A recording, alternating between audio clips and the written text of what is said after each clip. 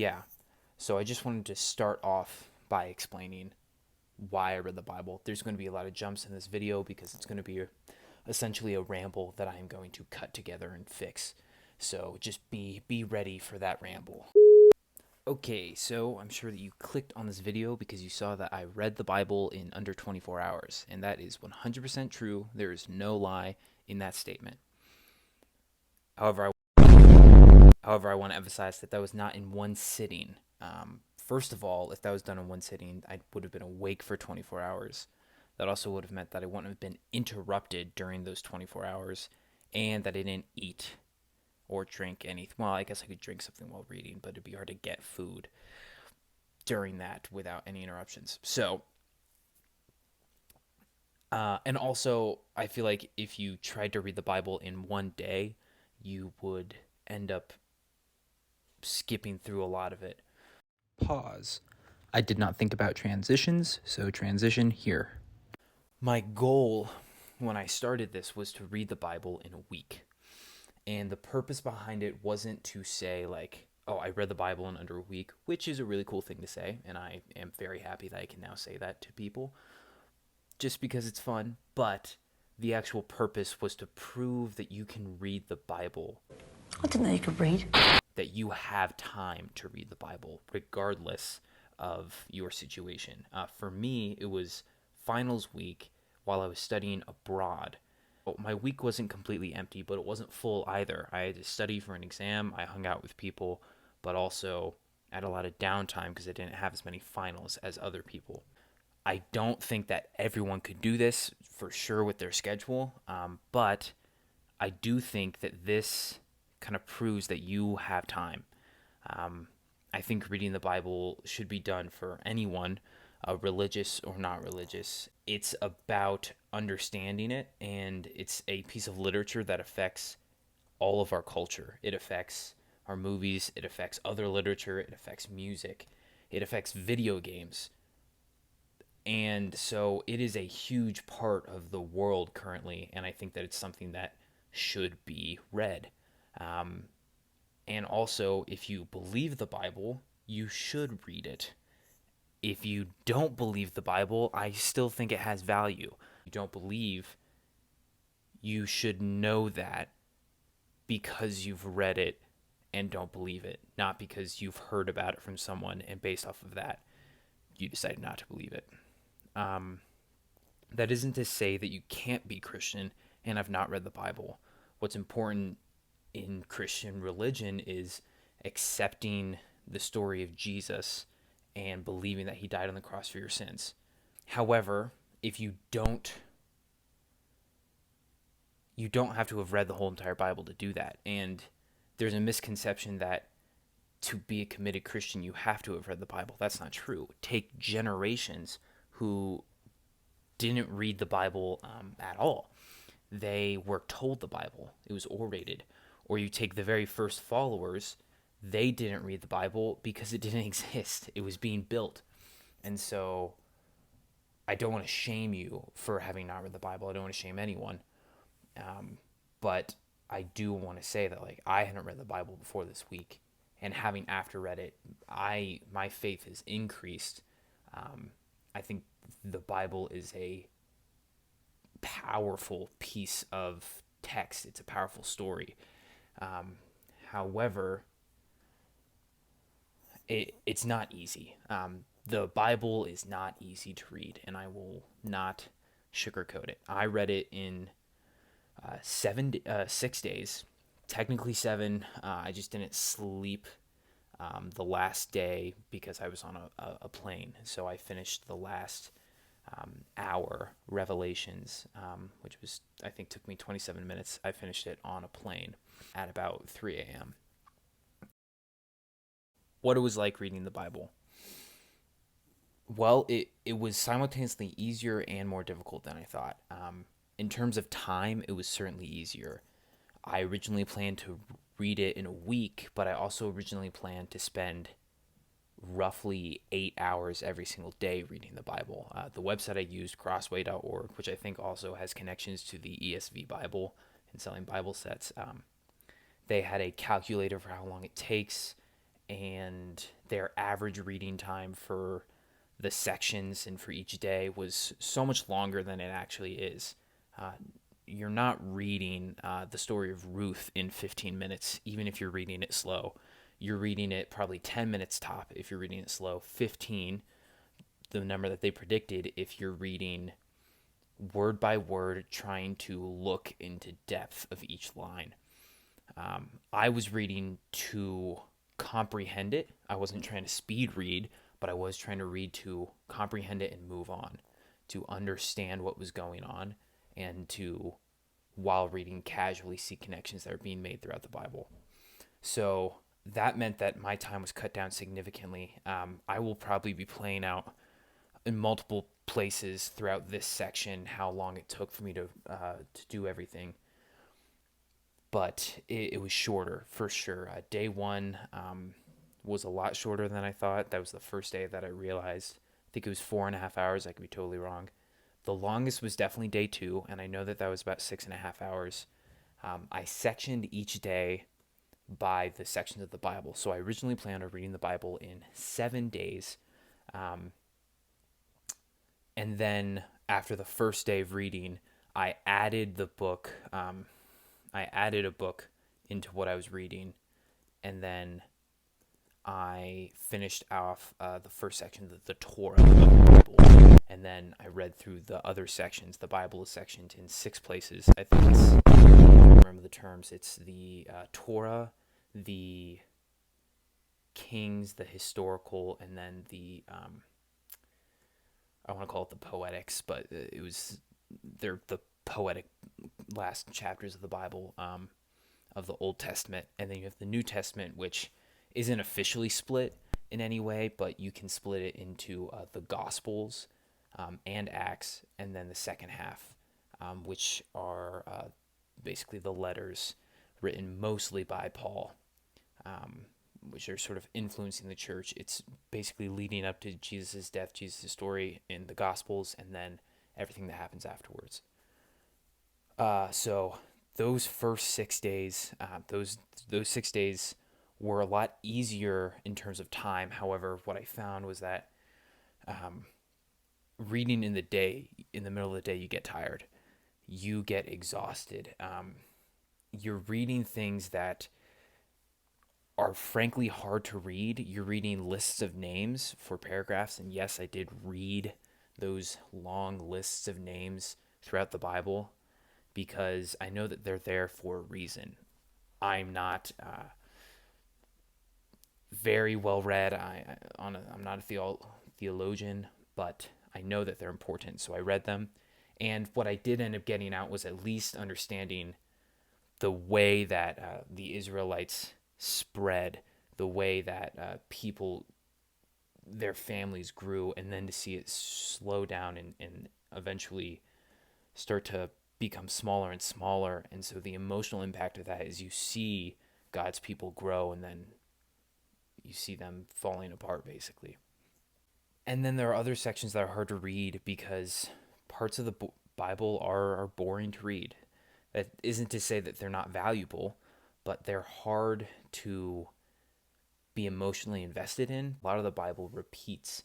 It has motifs, it has themes that are presented over and over again, and it's purposeful. It shows connection, it shows drive, but it also makes it a bit of a bog to get through. This is particularly in the Old Testament throughout the poetics, and the New Testament in a lot of the letters of Paul. I mean, he starts almost every letter, saying his name, who he's writing to, and why, and then he ends it saying something similar along the lines of, God is with you. I'm happy to have read you. Go out and do great things.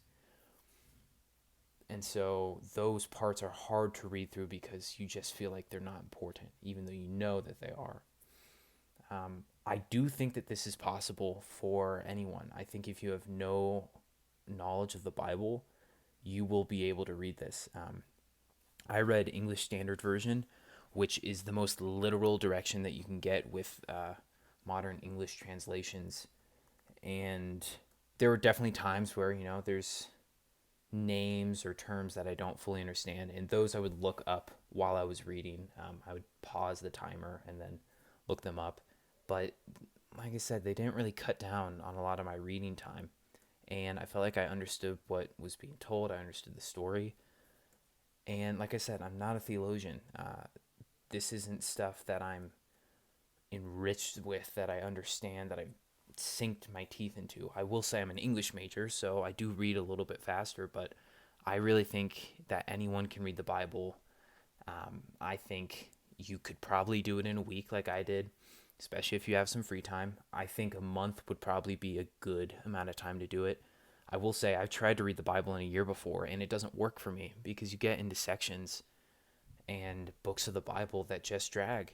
And reading those for multiple days because you're reading it in such small sections is exhausting, and it feels like you're not making any progress. But if you do it in a week, you plow through those sections. And yeah, it's a struggle while you're in them, but you're reading them cohesively, and there's a natural flow and rhythm. And so I think a week is great. I think a month is wonderful, especially if you wanted to slow down a bit or if your schedule's busy. Um, but the reason I called this, the reason I titled this, I've read the Bible in under 24 hours, is because when I finally did all the calculations, I ended up reading the Bible in, I have it on a note card here, 1,437 minutes, which is also 23 hours and 57 minutes. So I was right under 24 hours. I did not plan that at all. If I did, maybe I would have pumped it up to be exactly 24 hours, maybe taken longer on Revelation or something. But I would never read the Bible in under 24 hours straight. Sectioning it out is so much healthier and it makes you less exhausted. I mean, I was getting tired reading for an hour and a half without taking a break. So, oh, also it's worth mentioning I took a break at the end of every book because if it was a long book, I needed that break. And if it was a short book, it helped me reset and then get ready for the next one to have my mind totally invested. So if it was a short one, maybe it was a 5 minute break. If it was a long chapter, maybe a 15-minute break, sometimes an hour, 30 minutes. Um, and I would pause in between books if I was interrupted because I wanted to divide my time completely. But, life gets in the way. So uh, I'm saying that just kind of to explain my process, but also if you're reading through the Bible, it's okay to be interrupted. It's about making sure that you're focused when you're reading, and your focus will drift. For me, it drifted plenty of times, but go back and read things again. There's no shame in going back and reading things again. I encourage it because if you don't understand what you're reading, why are you reading it? And if you're reading it but it's not clicking, once again, why are you reading it? So go back, uh, and that probably added a good maybe 30 minutes to what I was reading per day, but I think it was more important. For me, it was more important to understand what I'm reading, so that I'm not just reading it to speed through it. What I learned from reading the Bible in under 24 hours. One of the things I learned is that there is such a beautiful structure to the Bible. It's so understated. First of all, if you haven't read the Bible all the way through before ever, whether it be in a year, a week, a month, or even a day, that structure it doesn't exist to you. Even if you've heard about it, you cannot understand it until you've read it. It is so incredible. There are subtle things and there are not subtle things. Obviously, the four sections of the Old Testament and the two sections of the New Testament feel like sections. They feel like they're separated. Sometimes it's by ages. Sometimes it's just by kind of personality of the Bible. It's the people, God's people, and their changes. But even though there's a clear separation, there's also a clear flow. You see how Abraham reacts and treats God in the first in the Torah, and then you see the kings in the historical books of the Bible, and you see this flow and this change in personality. And then the introduction of Jesus, the New Testament is so much more powerful. I've read the New Testament over and over again, many times, but to understand how new and fresh what Jesus was saying is, how necessary it was, not necessary, needed.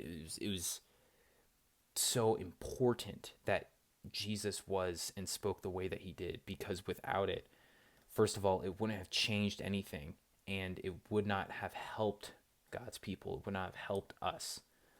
Um, and so finally reading that after going through probably maybe, I don't know how many hours, countless hours, not countless, after having read so many hours to see Jesus and hear this word of love, this word of passion, to have this person who's God look at someone who has sinned, look at a prostitute, look at a tax collector, and to look at them and to not care that they had sinned, to not be afraid of them or ashamed of them, but to look at them and to love them and know who they are, was such a shift in from the Old Testament, but also such an important one. And I want to emphasize that that shift doesn't mean that the Old Testament and the New Testament are separate. That shift is important because it represents the old, or use the word previous, the previous understanding and relationship with God, and then the current one. That previous relationship was flawed because of humans, and the current one is not flawed because God chose a way that bridged the gap. Essentially, the Old Testament is people trying to be perfect for God and continually failing because they want to achieve God. The New Testament, Jesus comes in and he says, "You are not perfect, and you are not going to be, and I do not expect you to be."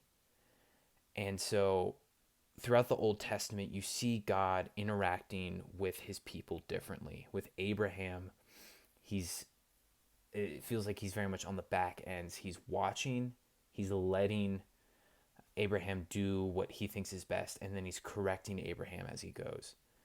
But then you get into God's people after Egypt, as he guides these people and Moses, and he is filled with instructions because they are constantly questioning God, and they're constantly questioning what God does. So God responds by giving answers before these questions can be brought up, and then constantly showing his power and his faith.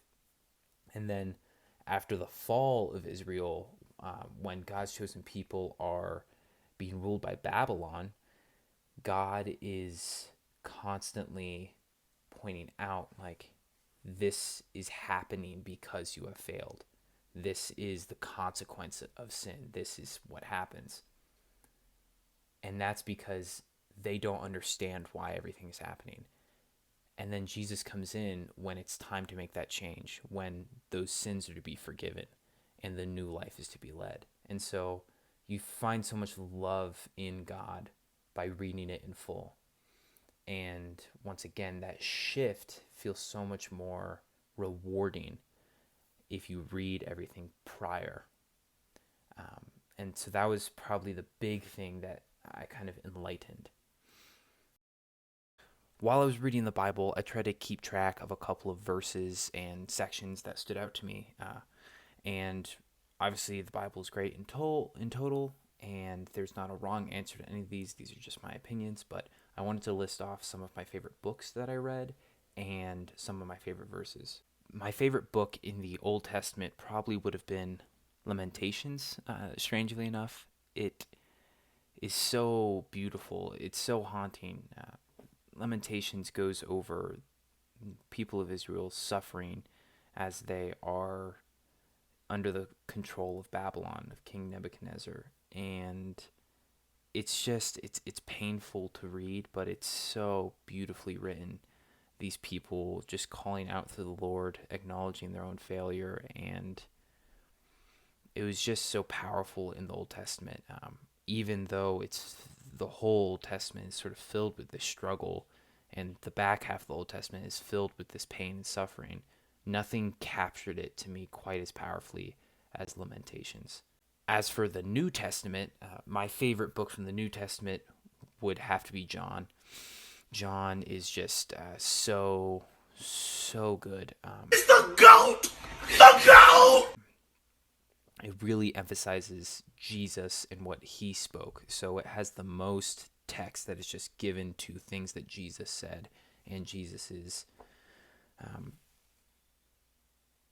responses and parables. Jesus had so many parables, and they were all fantastic. That's why he's the GOAT! The GOAT!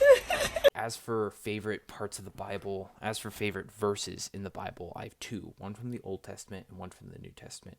From the Old Testament, it is in the book of Nehemiah. It's Nehemiah 5:19, and it's at the very end. And the book of Nehemiah is people, a prophet specifically, suffering and praying to the Lord for answers and for forgiveness. And this is in the midst of the Jewish people being captured and taken over and under the rule of Babylon. So God's people have been taken out. They're no longer in their own reign, their own kingdom. And it ends with Nehemiah 5:19, which reads, "Remember me, O my God, for good." That's that real music, man. Come back home. And this verse, just to see and to read these people suffering and going through so much pain, and then at the end to say, "Remember me, oh my God, for good," that they know that they have suffered, they know that they have sinned against God, and to just pray for that forgiveness, that even as they're reaching their end of their life, as they move on, as the people are diminishing, that they ask to be remembered for good. It's so powerful, and it was so beautiful. As for the New Testament, it's the opposite of the Old Testament. This is one of the most hopeful short statements, beautiful verses. This has actually been my favorite for ever since I was a kid. This comes at the end of Matthew 28:20. So Jesus has died and has risen, and he is talking to his people. And it's Matthew 28:20. It's the last book of Matthew, and it says, "Lo, I am with you always, even unto the ends of the earth." And whoa, that's so good. That's so good. First of all, it is a beautiful summary of Jesus. "Lo, I am with you always, even unto the ends of the earth." No matter what, Jesus will be with you. And also, it is the perfect reaction. You take the verse that I said was my least favorite, or that I said was my favorite. You take the verse that I said was my favorite from the Old Testament, Nehemiah 5:19. "Remember me, oh my God, for good." Desperate. They just want God to remember them for good.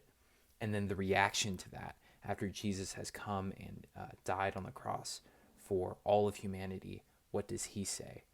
"Lo, I am with you always, even unto the ends of the earth." It is not a coincidence, in my opinion, that these two verses are very much correlated to time. The first one being "remember me," the past tense, to say that when I am gone, when humanity is gone, when God's people have diminished, that they want God to remember them from good. And then the reaction is for God, for Jesus to say, "I am with you always, even unto the ends of the age." Always. The future is there. It will be, not that it has been. And it's so beautiful. And I love both of those verses greatly. And those alone are worth reading the Bible in 24 hours. Okay, I'm going to say that that's probably enough rambling. I did have an idea for a video where I go through every book of the Bible and just give a short description. It would be a very long video, probably be somewhere along an hour long, maybe 40 minutes, because there's many books of the Bible. 62? I want to say 62. I'll correct myself. But yes, if that's a video idea that you would like, let me know in the comments below, or send this to me and text me, whatever. Let me know. And if you guys want a video of me describing all the books of the Bible shortly, briefly, in my own language, I will do that. I think that'd be a really fun idea. And that is all, I think. Thank you for being with me for this whole process. If you've watched every video, bless you. I hope you enjoyed them. If this is your first video, the other ones just briefly go over my thoughts day to day. And thanks for watching. I do have more ideas in mind. I'm posting almost daily here on my YouTube, and then I also post on TikTok, and then I post poetry weekly on Instagram. So if you like any of those ideas or want to check out more of what I have to offer, please do. I also have a book out, The Eclipse and the Boy, that is out on Amazon. I'll put that in the link in the description. And I'm working on a new project, a poetry book, so I'll give you guys updates on that as it goes along. All the poetry is completed for that. I just need to format it. Thanks. Thank you for watching. You guys have a great day. God bless.